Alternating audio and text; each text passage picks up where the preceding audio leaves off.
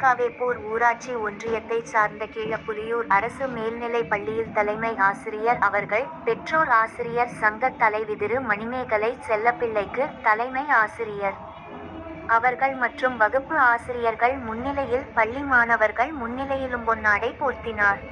மேலும் பெற்றோர் சங்க தலைவி அவர்கள் 11ஆம் வகுப்பு படிக்கும் மாணவர்களுக்கு தலைமை ஆசிரியர் மற்றும் வகுப்பு ஆசிரியர்கள் முன்னிலையில் திரு மணிமேகலை விதோ செல்லப்பிள்ளை அவர்கள் சைக்கிள் வழங்கினார். நீங்கள் கேட்டுக்கொண்டிருப்பது 7 எஸ் மேக்ஸ் நியூஸ் செய்திகள்.